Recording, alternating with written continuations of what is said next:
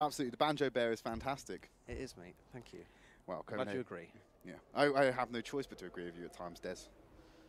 I know it kills you inside. Just a little. Just a smidgen. Just a little bit. Just a smidgen. No one else is going to kill me inside. Oh. Do you want to take this one? You take this one. No, you take it. No, good sir, please, I insist. Okay, I'm going to take it then. We're not going to... This bit's gone on for way too long. Copenhagen Flames on defense first. Midnight Chubbs, Danye Ding, Naga Immortal. A lot of players we've seen before in Contenders, but they're coming together for hopefully something special this season. They're already 2-0 down.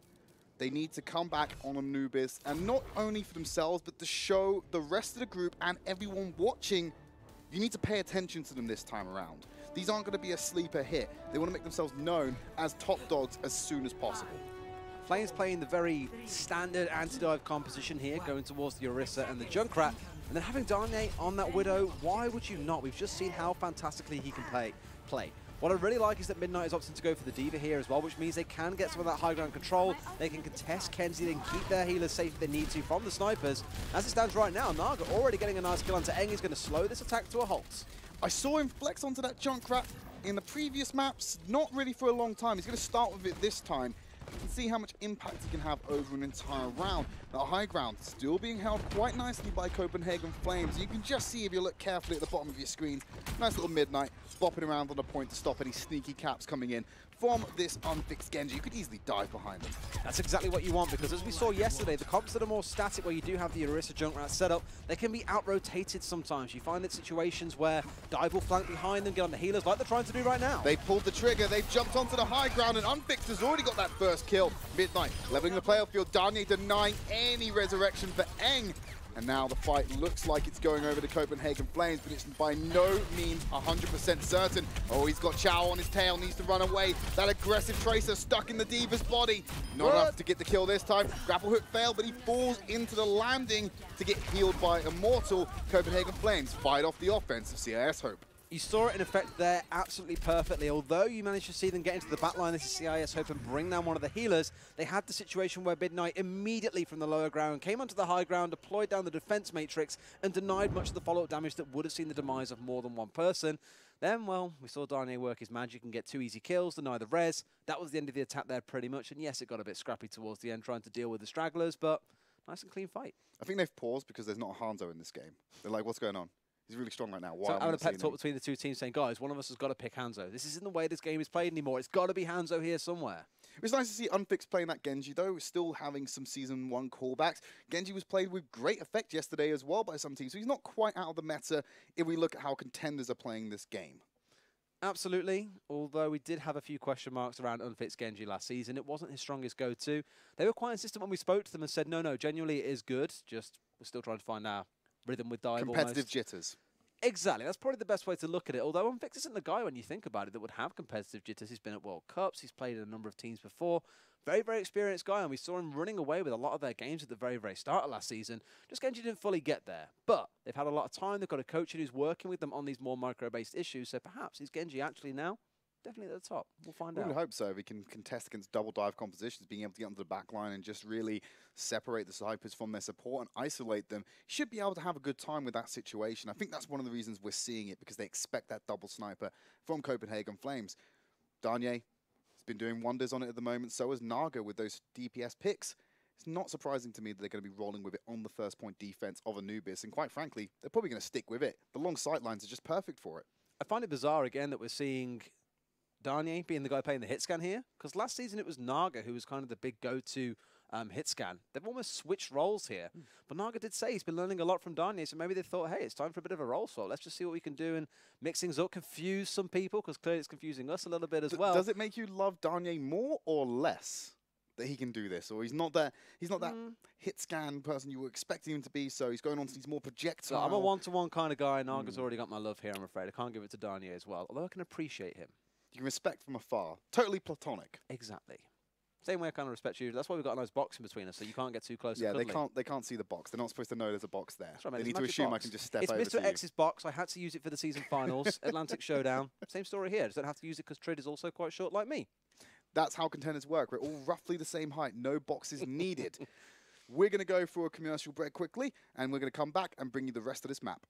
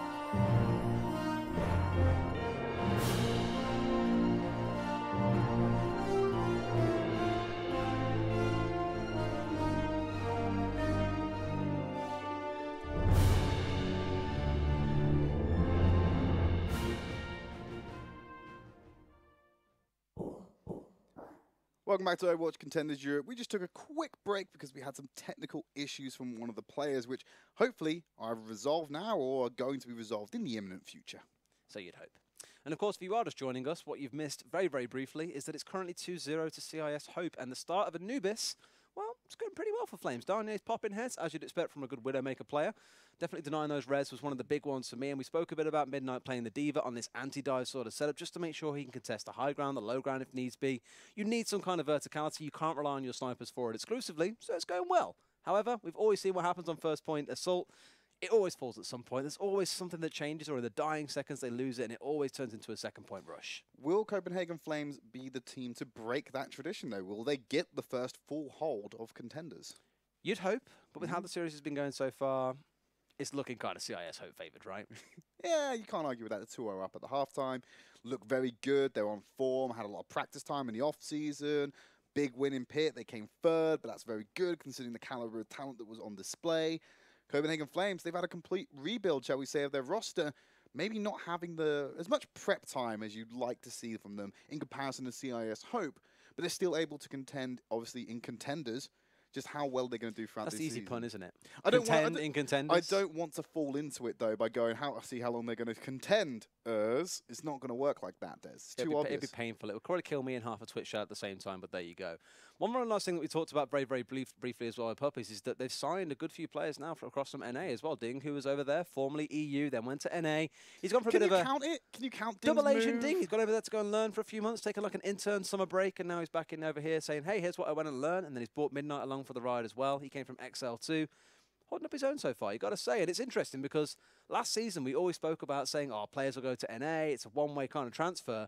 We're now seeing players come back this way, and that's really exciting because it's a very different region. We were the only region in the world, it seemed, that really enjoyed tank-based compositions. Quad tank was the big one. Became a bit of a meme until, of course, it crushed NA at the Atlantic Showdown. Go EU. It's the way to do it. I wonder how many times we're going to bring that up this season. I feel like we might be ham-fisting it a little bit too hard. We're English. Can we be love graceful? to rub salt in the wounds. No, we can't. This is not the way it works. We're not going to be graceful in victory? No. No? No. Okay. Sorry. I wonder what you're going to be like when the World Cup happens, though. Let's not touch on that because there's 2 World Cups taking place. England are playing in about an hour and I'm very nervous because I'm just like, oh, man. We're obviously working, so for me, I'm going to have to check the score and I'll be like, oh, no. It's all going wrong. You'll know based on how inflated or deflated I am on the desk. You'll know exactly how I'm feeling and exactly how the score is going. Well, I want to know how the score will continue to go in this matchup. CIS Hope obviously going up against Copenhagen Flames. We've already talked about it. 2-0 lead for CIS Hope. And it's looking pretty good for Flames to kick things off. We're talking about the double sniper composition. What can CIS Hope do? They failed their first attack against this composition. What change-ups could we see from them going in for their second attempt at this map? I think dive isn't strictly a terrible idea. The number one problem that we saw from them today, which we did not see yesterday between Angry Titans and August and Hungary, was that August and Hungary's response, Angry Titans' response, was to get a Tracer, go and hunt down the Widow, kill the Widow, then go for the dive. Because Darnay clicked on 2 heads during that fight, got rid of 2 members of CIS Hope. That was what shut down their attack because the start of it wasn't so bad. They did get a kill. It's just now that they've got Darnay sitting off to the side being like, oh, well, no one's contesting me. I can shoot whoever the hell I want. Kenzie was just too far at the back, so it was quite a tough one. We have just found out what the problem is. CIS Hope are having some technical difficulties. So unfortunately, we're going to go to another break. When we come back, hopefully we'll have this game fixed up and ready to go.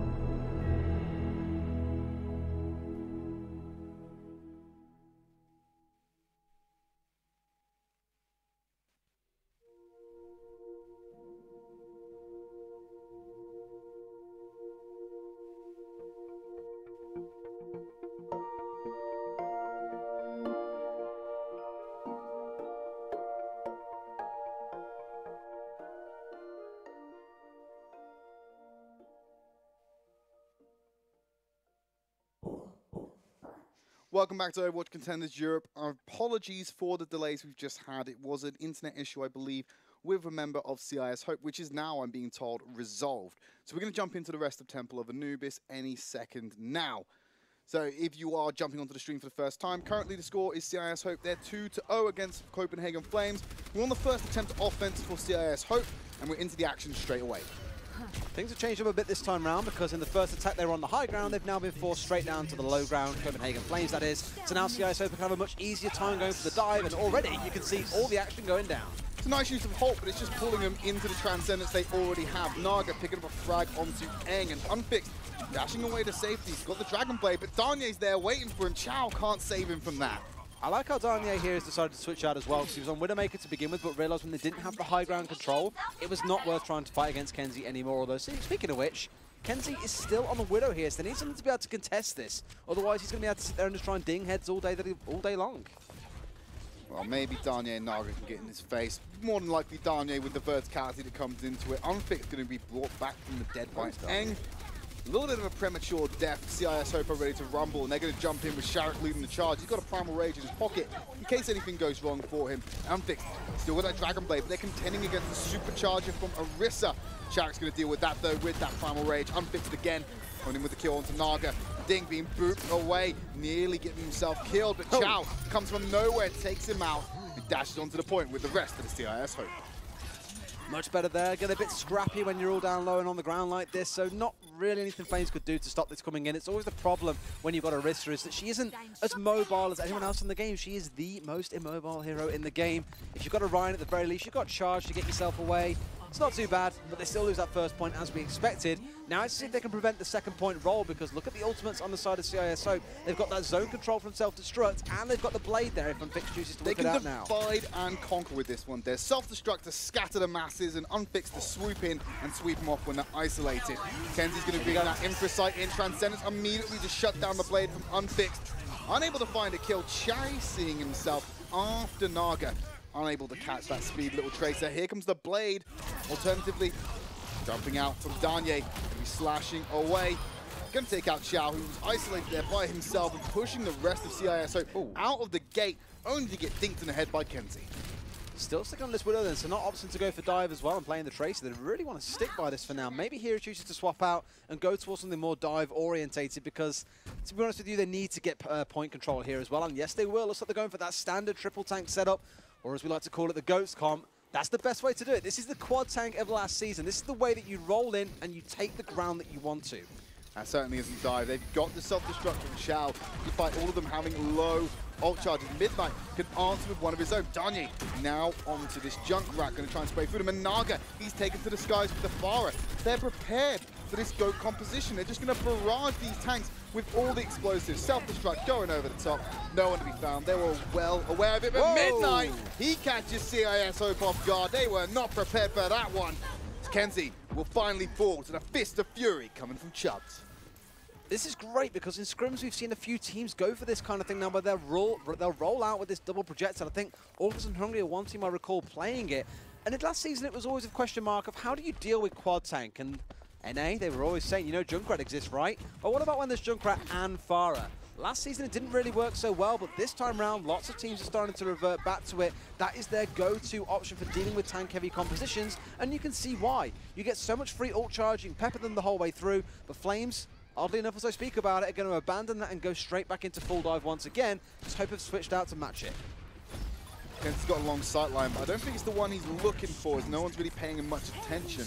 Chow taking the D-Mech out of Midnight. Danye getting the kill onto Shao. They're all fighting over the alleyway. No one's on the point at this present time. Naga trying to find the angle in. He's going to do some work against Chow. He's got that Orbit Discord and D-Mech's there. Scouting out for more. Himself with the D-Mech. Now he's getting into the face of the support line. No one's there to support him from CIS Hope. And he's calling him back up from Danye as well as Chubbs. I've said it a few times today already, but it's great seeing the flexibility coming out of Naga. Last season it was Poppy Fresh, who was their exclusive go-to Tracer player. Never saw him pick it up once. And this time around, he's getting the opportunity to play it. He's played everything that was kind of locked away from him last season. And it's great to see the flexibility in teams. Again, we keep on speaking about it. It's a big one when you can see 2 DPS basically interchange heroes as and when needed. Well, Unfixed has finally got Naga's number. Shooting out a fire rocket there to take out Naga. Now, we've got the barrage available. Transcendence coming out very early. This is a nice window for Unfix to get in there with the barrage, break the shield, find a nice angle. There's no hit scan available to take him out of the sky. They're relying purely on the defects and the aggression. That's maybe a weakness of Copenhagen Flames they might want to patch. Not going to pull the trigger on the barrage just yet. They've got their Transcendence to walk him into the point. Chow with the self-destruct takes out Danye. Ding's going to find Chow after the fact. Unfixed again onto the Naga. It seems to be the only person he can kill, as Immortal's going to bring Danye back up to bring him at full capacity with their DPS picks. Unfixed is really looking for an angle to use his ultimate here. Oh, nice pick! Denies that Dragon Blade. And Naga, he's going to be left doing all the duties. Midnight did take out Unfixed while that barrage was going on. Eng's going to rectify that mistake as Naga comes onto the field, shooting straight at main. Takes out one support, needs to find the second. Going to pistol whip Chow, who actually gets to play Tracer this time. That's what this meta can do for you. He can expose the inner self that is Tracer. Great stuff coming out of Danya and the Genji as well. Look at that, cleaning everyone else up towards the end of that fight. Good stuff. CIS Hope now with 45 seconds on the clock to try and complete Anubis. This could be a Flames revitalized, no longer just an Ember, it is a roaring Inferno. They've got one last chance to hold them back here. If they do it, they've got the opportunity to take this map 2-0 when it comes to their attacking rounds. Absolutely, and of course you've got to kind of think who you put this on. Maybe Coach Cynic in the halftime, giving him that pep talk they need to bring him back into it. Guys, you're down, you're not out. Let's keep going at it. Main has that armor, now unfortunately has left him. Sharrett on the Winston takes out Chubb, so a little bit of a monkey fight going on. This time without the knives. Naga again harassing that back line. Unfixed is there to try and assist his support. Stunned up. That's the Brigitte doing work. Kenzie gets the stun, couldn't finish the combination. CIS Hope need to migrate onto the point and start cementing themselves here. They're looking to win this round. Overtime now in play. This is it. They're on their last legs, and Unfixed has found a barrage at the perfect time. He needs to come back to his team and take out the window, because guess who's just used his Transcendence? It's Ding. It's not going to be up available for him. Here comes the Dragon Blade. Naga getting a kill before even Danya can get on there, but he's being kept out of the way by the fists of Sharrett.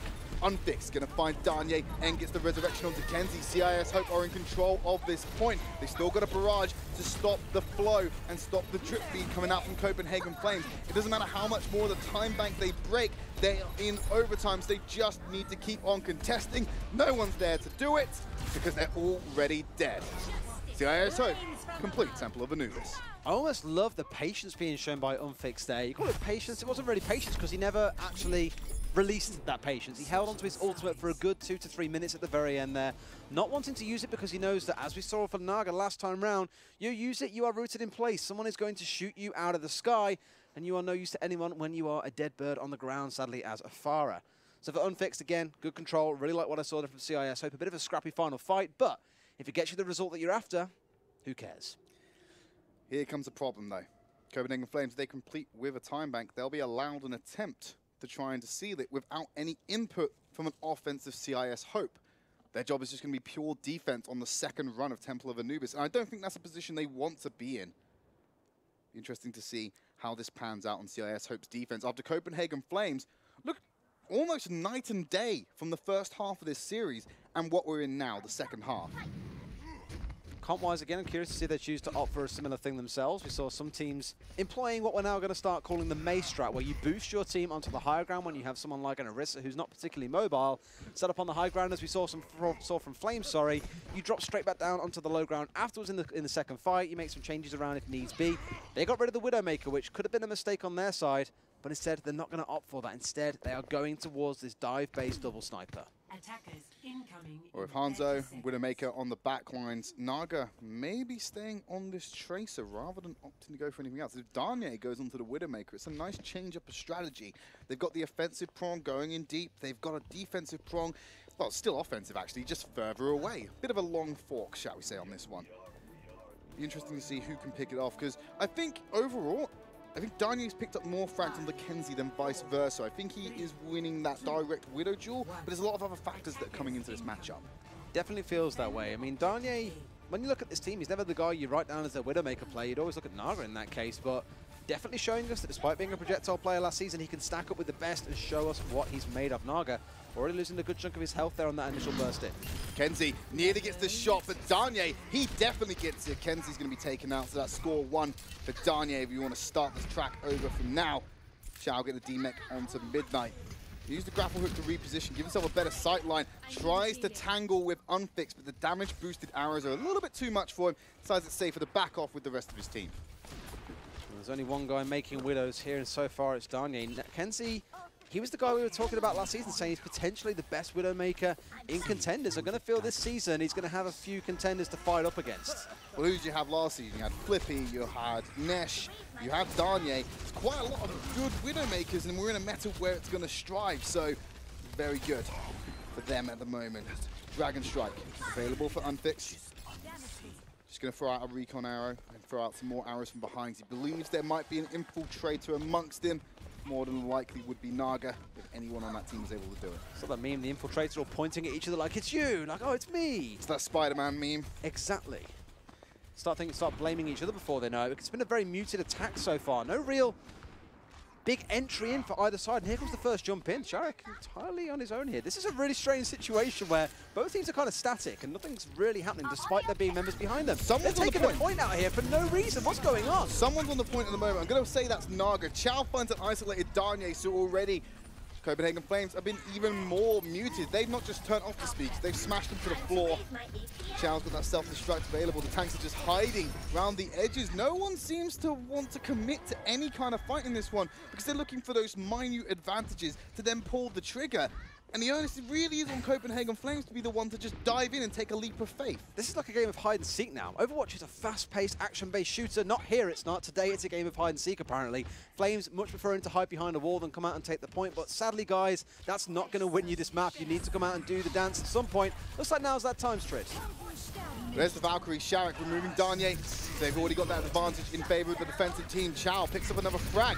He's moving on to find Midnight. Not even the Valkyrie can protect him from that one as he finds another kill. This guy's bloodthirsty even in the mech when you take him away from his tracer. They're going for more. They want to push Copenhagen Flames all the way back to the spawn room. How much gas have they got in the tank to pull this off? And the respawns have come in, so they're going to have to stop. Good to force them so far back. I don't think I've seen... Flames have tickled the point. I wouldn't even say touched. They have tickled the point as it stands. They have 1 minute left. I've seen maybe 2 key fights that could have led to them getting any kind of leeway onto the point itself. This is really, really good aggressive defense from CIS Hope, consistently forcing them back. But Flames also are so scared to pull the trigger, they're not finding an in. Well, while this has been going on, CIS have been racking up these ultimates. They've got a Primal Raise, they've got the Dragon Strike and a Self-Destruct in their favor. Copenhagen Flames are now playing catch-up. But the rest of CIS Hope seem to have a little bit of an edge when it comes to the ultimate accrual. Real tough. I mean, Flames have got to pull the trigger now. They've got 3 ultimates online, almost 4 if you consider that Transcendence from Ding is only a few percentage away.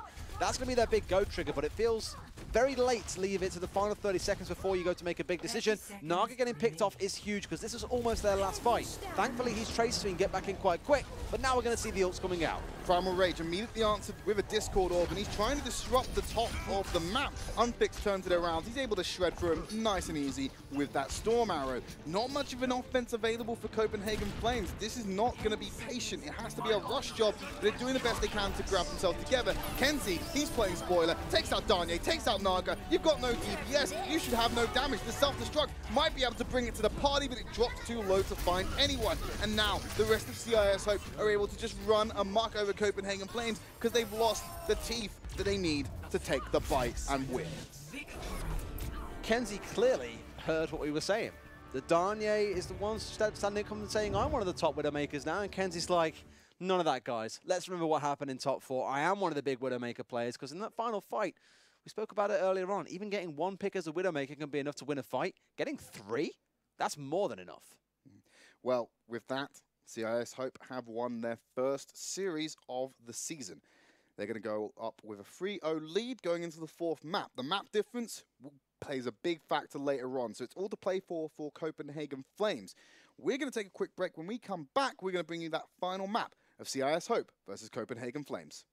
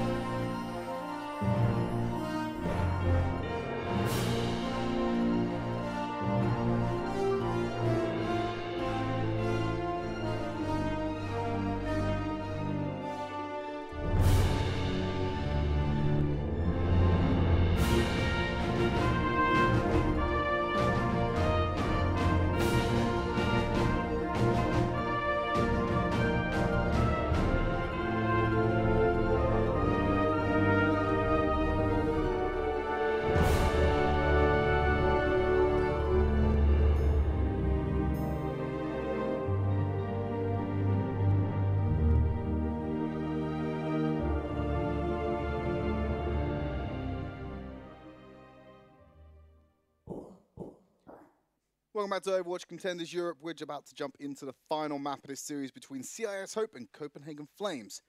Unfortunately, CIS Hope have already won the series. So we're going to see this final map for those map points, which do come into play towards the end of the season. So still a lot on the line for Copenhagen Flames. Well, we saw it come into effect at the end of Trials, for example, where Snakes at one point were swapping places despite one point having more wins because of map wins or something along those lines. It turned out to be actually Snakes were the guys at the top. And when it comes around to playoffs, that first versus fourth or second versus third, that can be the difference for teams like CIS Hope, where they had to play against British Hurricane or playing against a team where you may feel you have a bit of an easier ride into the finals. So it does count for everything. Flames should be playing their hearts out and trying to win this one. I'm really excited to see what map we get dropped onto, because Route 66 and Rialto are the two choices they've got. Everyone wants to see that second one. We haven't seen too much of it in competitive play around the world. Gibraltar as well. Don't forget about Gibraltar. We have three in the escort map pool. We're now being given season. a lot more choice. Blizzard are spoiling us, quite evidently. Are they? Three's enough. Where's Blizzard World? No one wants that. Yay, Rialto. There we go. Right. I'm excited to see this one because I spoke to a few coaches throughout the week and they've all said no one really knows what to play yet. It's still one of those maps that's up in the air. It's not the kind of thing you can figure out in a week. A lot of teams will try and hold the high ground on that first point just around the corner. Some coaches are convinced there is a different response to this one. Promise, particularly from Young and Beautiful, said, me and my analysts are convinced there's something better in the works here. We're trying to figure out exactly what it is. That's the beauty of this game, though. His work is never done. There are always new strats to be employed, always new things you can do. Let's see what they come up with. For the first time ever on the Contender stream, we get to go on a little gondola ride. The dream. Where's his legs? I don't know, mate. It's a floating robot. It's the future. How does he float in line with the ship? Mate, I'm afraid I'm not a physics scientist. I can't tell you the complex calculations that go behind this. Maybe there's a magnet below him. I have no idea. That needs to be patched out, Blizzard. Get on that. Need some legs. Give this man some legs. Yeah, give the gondola driver? Sailor? Give him some What legs. would you call him in this case? A sailor or a driver? I'd say sailor. Well, there might be an actual local term for a gondola in the Italian language. I'm going to find this out. And next time we catch Rialto, I'll bring it out as a knowledge little factoid for you. Immortal was trying to be a gondola driver, pilot, sailor, but he ended up just falling into the river, unfortunately. So not much coming out from him as of yet. Copenhagen Flames, they go on defense first. So what we're going to see, Chubbs on the Orisa. That's an interesting shake-up from what we've seen so far. No anti-dive, though. They're opting to keep Naga on the Farah, it seems here. So going for the double DPS is commonly where you see the Junkrat on the ground. It's still projectiles, it's still the same sort of thing. Maybe they're opting to try and go for some concussion blasts here and knock some of the enemy into the river. That way, of course, giving yourself the environmental kills definitely slows things down. And if you play Rialto in your games, you'll no doubt know that a lot of Orisas will play this first point and try and drag you into the river as you cross the bridge. I've seen teams get completely pinned on this first point. I don't expect it to happen here. Let's see how CIS Hope opts to play out this first attack. So far, it's double sniper, this time with ground-based tanks. They're not playing the dive tanks. I do like that we just saw a second group of Unfixed and the snipers there we go. going around to the side. Chubbs, more importantly, Sharrett, come on, man. You've played Rialto. You know how this works. There's always going to be a Holt trying to pull you off. Unfixed thinks he's found the correct angle to try and capitalize on that positioning. Not getting anything from it just yet. Darnier did find Chow, forcing out a resurrection as Kenzie takes out Darnier. Now they're pushing forward. Now they've removed the entrenched team of Copenhagen Flames.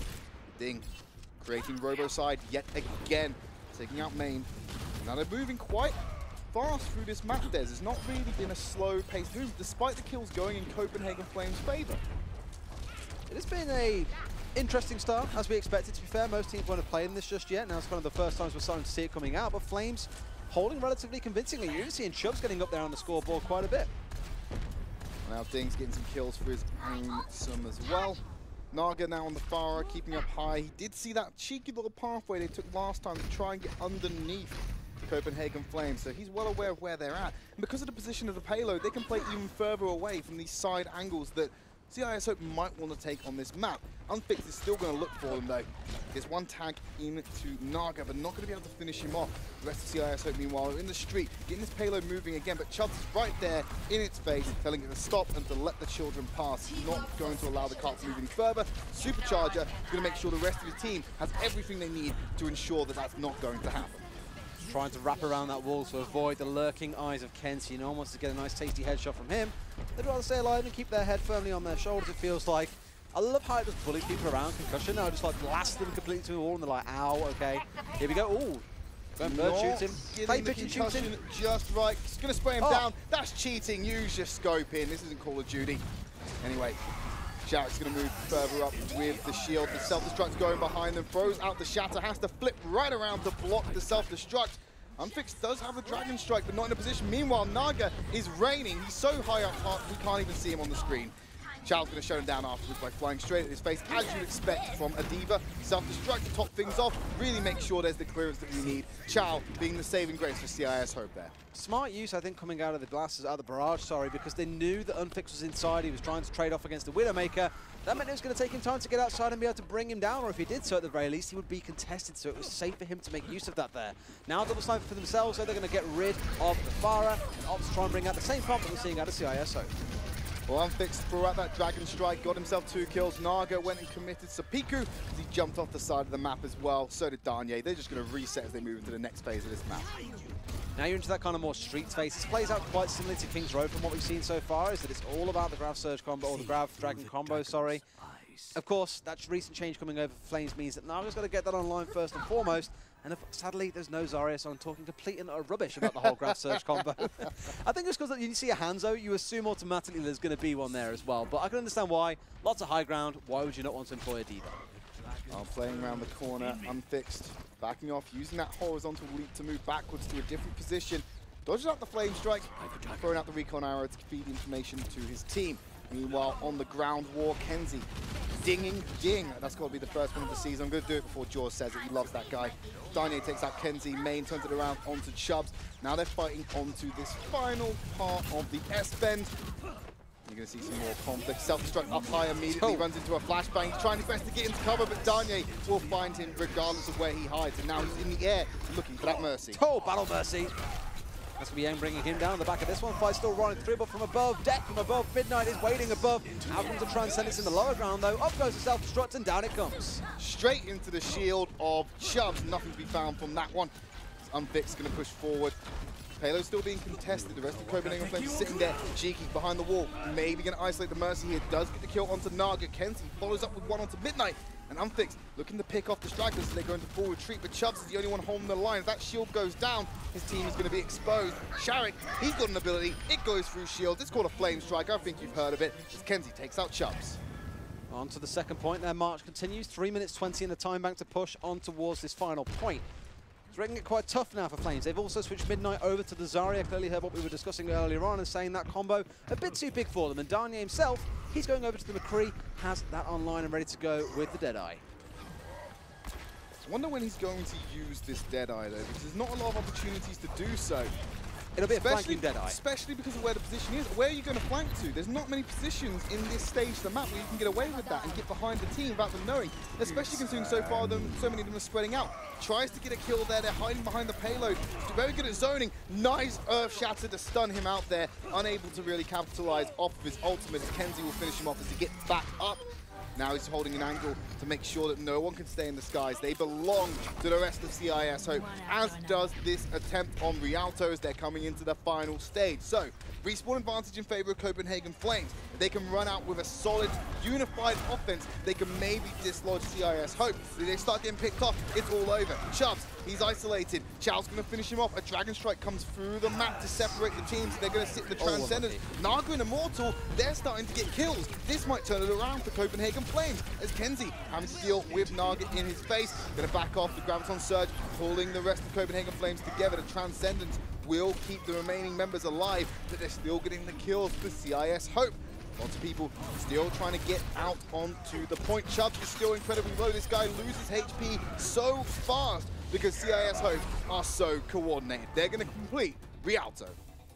Capitalizing on mistakes is always the sign of a great team, and one big mistake that got made at the very, very end there by CIS Hope was they failed to use the Transcendence in time to keep Sharik alive. Fortunately, they've got that premium insurance policy out. They have the Mercy on side, got the res back through, and it was like no mistakes were ever made. And that's what Mercy is fantastic for forgiving mistakes. Those reses can win or lose fights based on whether or not they come through. But a good attack from CIS Hope, 1 minute 47 less in the time bank. Now Copenhagen Flames get to show us what they're made of, what strats they've been thinking of for Rialto. Be interested to see what they pull out here. 1 minute 47 on the time bank for CIS Hope. So they're going to have another attempt, assuming Copenhagen Flames comes in with the completion. Let's not forget, it was Flames' map pick as well. They lost out the last one. CIS Hope, of course, winning all 3. Loser picks the map. They're the ones who've got strats. They've got ideas. They've got dreams for this map, Tridd. But so far, what they're rocking, the standard stuff. Double sniper. Copenhagen Flames map choice, shall we say. But we don't know if CIS would have picked this if they were in the losing situation. True. This could be advantageous for CIS Hope. They could have prepared for Rialto for all we know. It doesn't necessarily guarantee, but you'd like to think if the map shows up, it's because the losing team currently wants to play it. Because the first day, first time we see Rialto, it's the competitive debut of the map. We don't really know if CIS Hope actually are good at this map. They've set a benchmark now. It's up to Copenhagen Flames to show us how good it actually is. I mean, Rialto has received a lot of praise from a lot of the community, saying it's a fantastic competitive match. Map, sorry, there's a lot of elements that make it really enjoyable to play. There's lots of strategies that you can employ, evidently, because teams still haven't figured them all out quite yet. So maybe it's a good time for teams to be picking it and trying to mix things up. Equally for other teams, while all the attention is on Rialto, want to go towards Route 66 or Gibraltar. Both very good maps. We saw both of them yesterday, I believe, in competitive. Scouting Arrow is going to find out where CIS Hope is, so Copenhagen Flames are well aware of it. No environmental cheese coming out from CIS Hope. They're opting to go for just relying on their raw mechanical skill. It's been working well for them so far. I don't know why you changed that from there. Oh, hello, Kenzie. Goodbye. Still managed to ding him out there as well, but Flames rolling on the dive tanks here again with the Winston and the Diva coming through. Want that high ground control, want to be able to push CIS back. And as it stands right now, Kenzie is giving them a whale of a time on that Widowmaker from the side. It's almost 2 supports versus the 1 sniper at this stage. Well, Immortal gave Danye that second win. What can he do with it? Is it worthwhile for them to be able to pull that one off? Main coming around on the Zenyatta. They're still holding the ground, relying very much on their tank lineup. Look where Chubbs is, though. He's above them. They've been spotted out, so he's not going to be able to sneak in, I'm assuming, how he wanted to. And now he's going to fall back to the rest of his team, go for this ground war. Shark is pushing forward with that W key and trying to give as much ground and as much room for CIS Hope to operate as possible.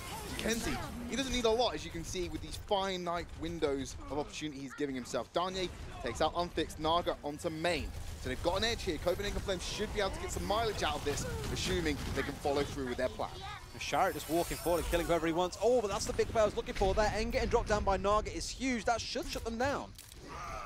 Oh, there we go, Danye and the rest of the boys. Yeah, what a magic trick. They actually won a skirmish, and they've got the payload in motion. So, still ticking forward, yet to hit that first checkpoint. I think CIS Hope may have one more offensive in them before they reach that point.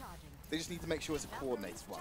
I'll start calling him Naga the Magnificent, because he goes, watch how I make this Mercy disappear, ping, and down she goes. There's no heals of Sharek, means he can't do the best thing that clearly he's shown he's very good at, is holding down W and pressing mouse 1. He's also very good at disappearing himself. So Danye, I knew you'd like that one. Danye now been taken out by Unfixed. So this double sniper duel is still happening. I'm not sure who to give the edge to. Kenzie again onto Midnight. Transcendence being forced out. Main takes out Naga. Still using the Storm Arrow to pepper away at the enemy team. A Transcendence was used there to sustain the lineup. For CIS Hope, they've got a lot of ultimates under their belt. And Kenzie, he's going to go to the grave very quickly. I wonder if Aiden can patch that one up for him. Well, no big combos. They do have the Zarya on the side of CIS Hope, and they've got the combo coming up for them. They've got, in fact, it's already online, I should say. Unfixed and Chow with those ults that they need. The fabled Grav Dragon, that high skill combo that we all love and speak about so much. Flames on their side, though. 4 ultimates online for them. Naga has his, nothing to combo it with massively, but they do have that dive capability. And let's not forget, these dragons, don't have to necessarily wipe out the enemy team. They can be great at splitting them in half as well. Well, Midnight just fell off the map after he got demeched, so that's unfortunate for Copenhagen Flames. CIS Hope are going to rack up some slight more kills in this situation. Just going to hold on that payload, though. This is becoming Anubis again, though, with Copenhagen Flames. Very slow-paced, trying to find whatever advantage they can to try and capitalize on it. And it didn't work out well for them on Anubis. I don't know if this is going to be the same strategy or whether they're just trying to figure out how do they break through this brick wall of CIS Hope. The problem with, well, for Flames here, I should say, is that they know that combo's online. They know it's going to be up and ready to use. So they're in a very horrible catch-22 where they've got 40 seconds to make a play. It's there as a panic button for Hope if they need it. If anything, if you know that combination is online, you go in fast, get them to burn it, and then you can hit them without having to worry about it. Self-destruct being sent to the back. Sharek's hiding around the corner, waiting for some support, but he's got a Nerf Shatter. He's going to use it. Manages to get it down before losing his life. Follows up with a Flame Strike onto Ding. Naga taking out Kenzie. As Sharek, he's still alive somehow with no HP. Look at that, the bar is basically invisible for him because they've got no healers. Copenhagen Flames still pushing forward. He drops it at the wrong time. Danye is going to take him out. Not very hard to do that with no HP.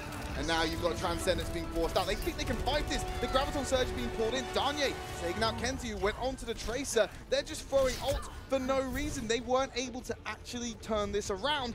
So it looks like Copenhagen Flames might be able to hit that first checkpoint. Help, the Flames are leaking as those ults being given in completely separate times. It's not going to work out so well for them, but getting Ding can be all they need here. That's 2 kills going across to Unfixed. I have no idea how CIS turned that around, but they used the Dragon Strike to go straight in, grabs on Surge afterwards. There's a Hail Mary from Naga, but the rest of them are able to separate from it. Copenhagen Flames can't get onto the payload, don't hit the first checkpoint, and CIS Hope take this series 4-0. It's exactly what we said after that third map. We turned around and said that if you make mistakes and you capitalize on them, that's the sign of a great team. And I don't want to say Flames are a bad team, but there were a few mistakes being made by CIS Hope there, particularly towards the end where they couldn't pull that combo off.